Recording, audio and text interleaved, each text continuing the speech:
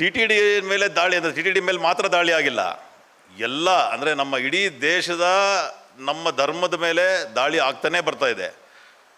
ಹಿಂದುತ್ವದ ಮೇಲೆ ದಾಳಿ ಆಗೋದು ಸಹಜ ಆಗ್ಬಿಟ್ಟಿದೆ, ನಮ್ಮೆಲ್ಲರಿಗೂ ಕಾಮನ್ನು. ಈ ಸಾಧಾರಣವಾಗಿ ನಾನು ಹೇಳ್ತಾ ಇರ್ತೀನಿ, ಹಿಂದುತ್ವದ ದೇವಸ್ಥಾನಗಳ ಮೇಲೆ ಅಥವಾ ಯಾರ್ದೋ ಒಂದು ಕತೆ ಹೇಳೋದ್ರ ಮೇಲೆ ನಮ್ಮದು ಸಹಜವಾಗಿ ನಾವು ಅನುಭವಿಸಿ, ಮತ್ತು ಈ ರೀತಿ ಇದೇನು ದೊಡ್ಡ ವಿಷಯ ಅಲ್ಲ. ಧರ್ಮಸ್ಥಳದ ಮೇಲೂ ಆಗಿದೆ, ಮೊನ್ನೆ ಇನ್ನೊಂದು ಯಾವುದೋ ದೇವಸ್ಥಾನದ ಮೇಲೆ ಆಗಿತ್ತು, ಶಬರಿಮಲೆ ಮೇಲೆ ಆಗಿತ್ತು, ನಮ್ಮ ಟಿ ಟಿ ಡಿಯಲ್ಲೂ ಕ್ರಿಶ್ಚಿಯನ್ಸ್ ಎಲ್ಲ ಸೇರಿಕೊಂಡಿದ್ರು, ಅಂದರೆ ಅನ್ಯ ಧರ್ಮೀಯರು ಸೇರಿಕೊಂಡಿದ್ರು. ಅಂದರೆ ಇದು ನಾವು ಅನುಭವಿಸ್ಕೊಂಡೇ ಬಂದಿದ್ದೀವಿ, ಅಂದರೆ ಇದನ್ನು ನಾವು ಸಹಿಸ್ಕೊಂಡು ಬಂದಿರೋದು. ಈ ಥರ ಸಹಿಸ್ಕೊಳೋದು ಯಾವಾಗವರೆಗೂ ಅಂತ. ಈಗ ಧರ್ಮಸ್ಥಳದ ಮೇಲೆ ಬಂದಿರೋದಕ್ಕೆ ನಾವು ಅಂದರೆ ಒಂದು ಒಗ್ಗಟ್ಟಿನ ಶಕ್ತಿ ಪ್ರದರ್ಶನ ಮಾಡ್ತಾ ಇದ್ದೀವಿ ಅನ್ನೋದ್ರ ಬದಲಿಗೆ ಭರದ್ವಾಜ್ ಅವರು ಹೇಳ್ತಾ ಇದ್ರು, ಹೆಂಗೆ ನಮ್ಮ ಶಬರಿಮಲೆ ಮೇಲೂ ಕೂಡ ಈ ಥರದ್ದಾಗಿತ್ತು.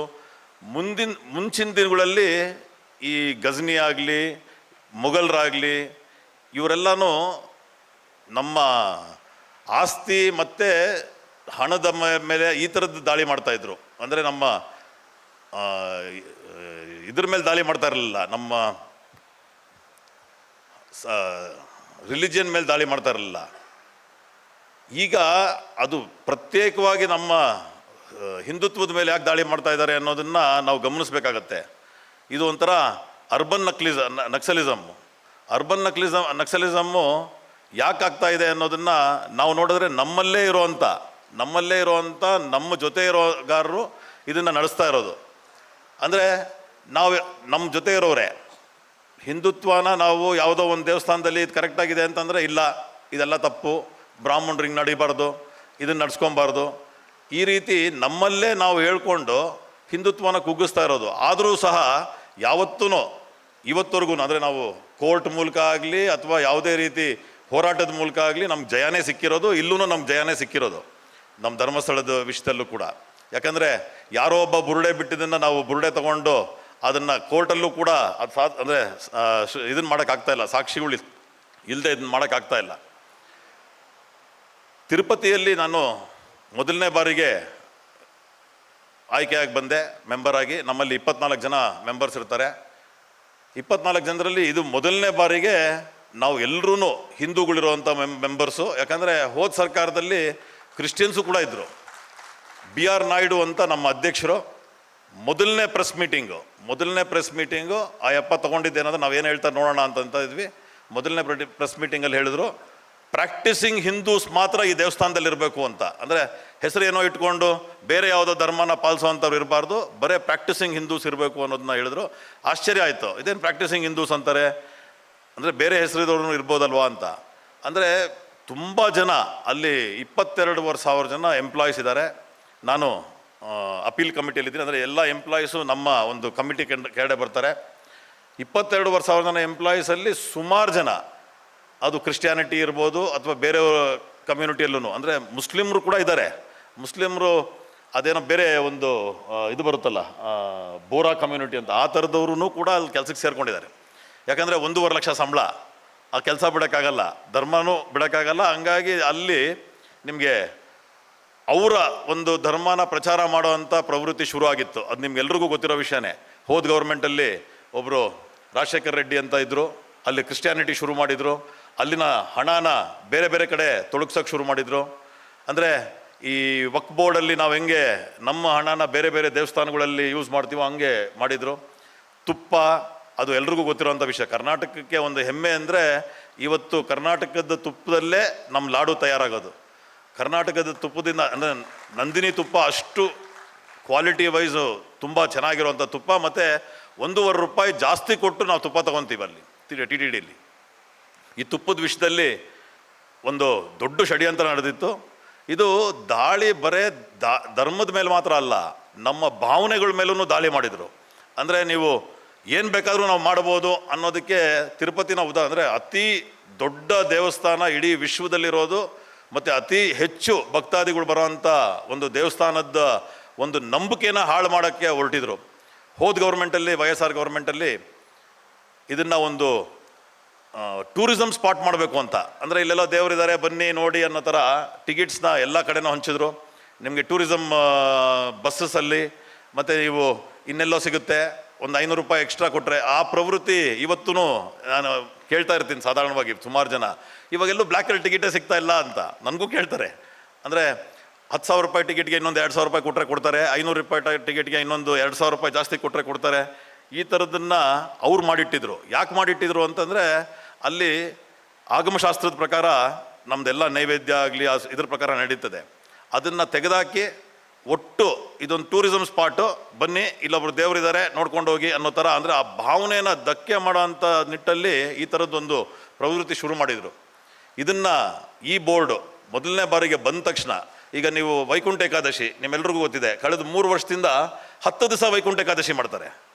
ಇಲ್ಲಿ ಸಾಧಾರಣವಾಗಿ ಯಾರಾದರೂ ಗೊತ್ತಿದ್ರೆ ವೈಕುಂಠ ಏಕಾದಶಿ ಬರೋದು ಏಕಾದಶಿ ದ್ವಾದಶಿ ಎರಡನೇ ದಿವಸ ಮಧ್ಯಾಹ್ನಕ್ಕೆ ಮುಗಿದೋಗುತ್ತೆ.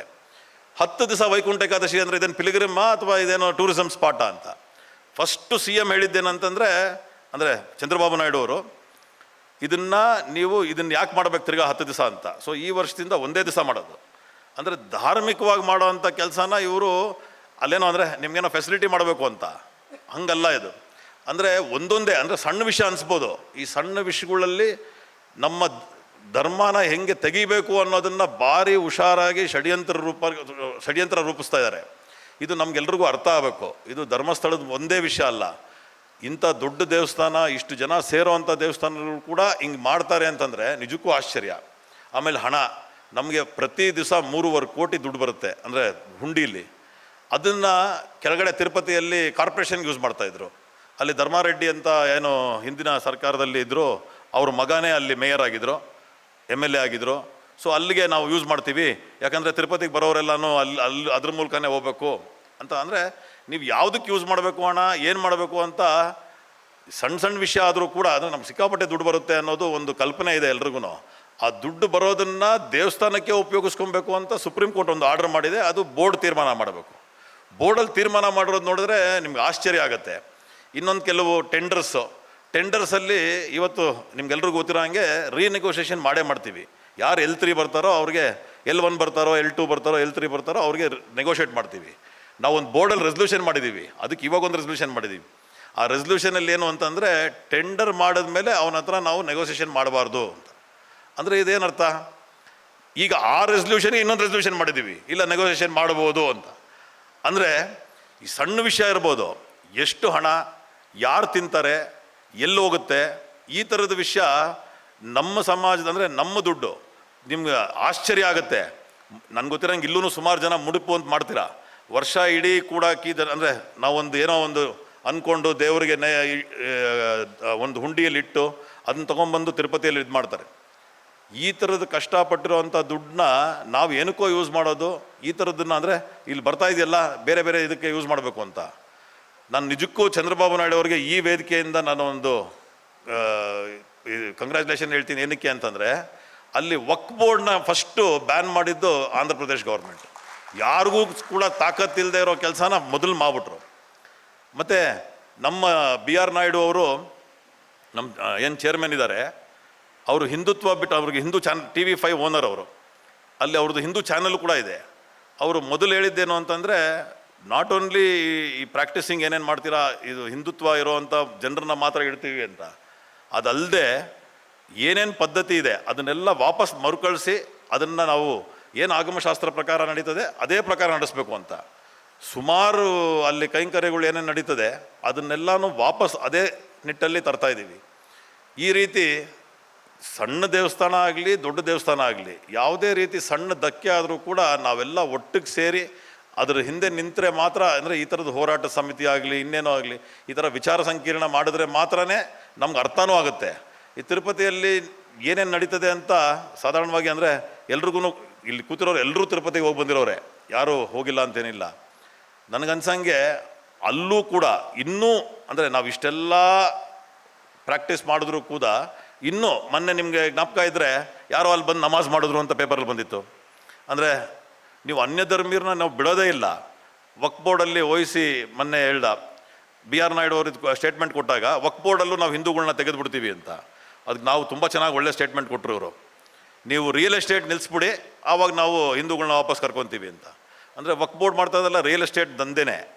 ಎಲ್ಲೂ ನಾವು ಹಿಂದೂ ದೇವಸ್ಥಾನಗಳು ರಿಯಲ್ ಎಸ್ಟೇಟ್ ಮಾಡ್ತಾ ಇಲ್ಲ. ಮತ್ತು ದೇವಸ್ಥಾನದ ಆಸ್ತಿಗಳು ಎಷ್ಟಿದೆ ಅಂತಂದರೆ ನಮ್ಮ ಕರ್ನಾಟಕ ಸರ್ಕಾರದ್ದು ಎಲ್ಲನೂ ಎಷ್ಟು ಉಪಯೋಗ ಮಾಡ್ಕೊಬೇಕು, ಅದನ್ನ ಯಾವುದೂ ಉಪಯೋಗ ಮಾಡ್ಕೊತಾ ಇಲ್ಲ. ನಮ್ಮ ಕರ್ನಾಟಕದ್ದು ತಿರುಪತಿಯಲ್ಲಿ ಒಂದು ದೊಡ್ಡ ಜಾಗ ಇದೆ, 7 ಎಕರೆ, ನಮ್ಮದೇ ಮೊದಲನೇ ಆರತಿ ನಡೆಯೋದು. ಈ ರೀತಿ ಕರ್ನಾಟಕದ ಇತಿಹಾಸನೇ ನಡೀತಾ ಇದೆ. ನಮ್ಮಲ್ಲಿ ಅಂದರೆ ಮೈಸೂರು ಮಹಾರಾಜರು ಕೊಟ್ಟಿರೋವಂಥ ಒಂದು ದೀಪನ ದೇವಸ್ಥಾನದ ಒಳಗಡೆ ಇಡ್ತೀವಿ. ಅಂದರೆ ಇದನ್ನೆಲ್ಲನೂ ಇವರು ಅದನ್ನು ಅಂದರೆ ಹಳೆ ಬೋರ್ಡು ಅದನ್ನು ತೆಗೆದುಬಿಟ್ಟಿದ್ರು, ಇದು ಡ್ಯಾಮೇಜ್ ಆಗಿಬಿಟ್ಟಿದೆ, ಬೇರೆ ದೀಪ ಇಟ್ಬಿಡೋಣ ಅಂತ. ಸಣ್ಣ ವಿಷಯ ಅನಿಸ್ಬೋದು ದೀಪ ಇಟ್ಟಿರ್ದಿರಲ್ಲ ಅಂತ, ಆದರೆ ಅದರ ಭಾವನೆ, ಅದರ ಬಗ್ಗೆ ಇರುವಂಥ ಒಂದು ನಂಬಿಕೆ ಜನಕ್ಕೆ ಭಾರಿ ಅಪಾರವಾದದ್ದು.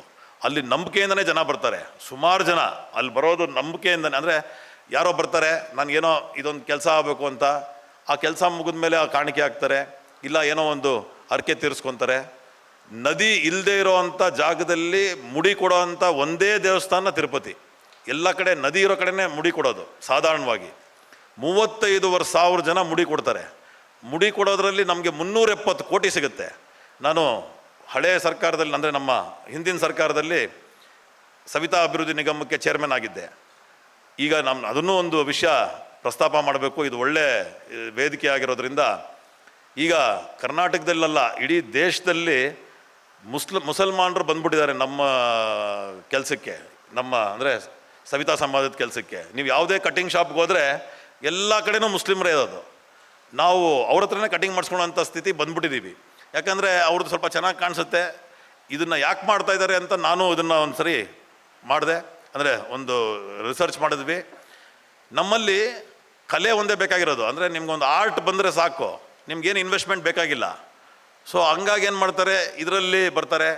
ನೀವು ಜಿಮ್ಮು ಮತ್ತು ಈ ಟ್ರೈನಿಂಗ್ ಸೆಂಟರ್ಸಲ್ಲಿ ಇದರಲ್ಲೂ ಅವರೇ ಇರೋದು. ಅಂದರೆ ನೀವು ದಿನನಿತ್ಯ ನಾವು ಏನು ಮಾಡ್ತೀವಿ ಇದರಲ್ಲಿ ನುಸುಳ್ತಾ ಇರೋದು. ಜೊತೆಗೆ ನಮ್ಮ ಧರ್ಮ ಅಲ್ಲಿ ನಿಮ್ಗೆ ಹೇಳ್ತಾರೆ, ಸರ್ ಎಲ್ಲನೂ ಒಂದೇ, ನೀವು ಆರಾಮಾಗಿ ಮಾಡ್ಕೊಳ್ಳಿ.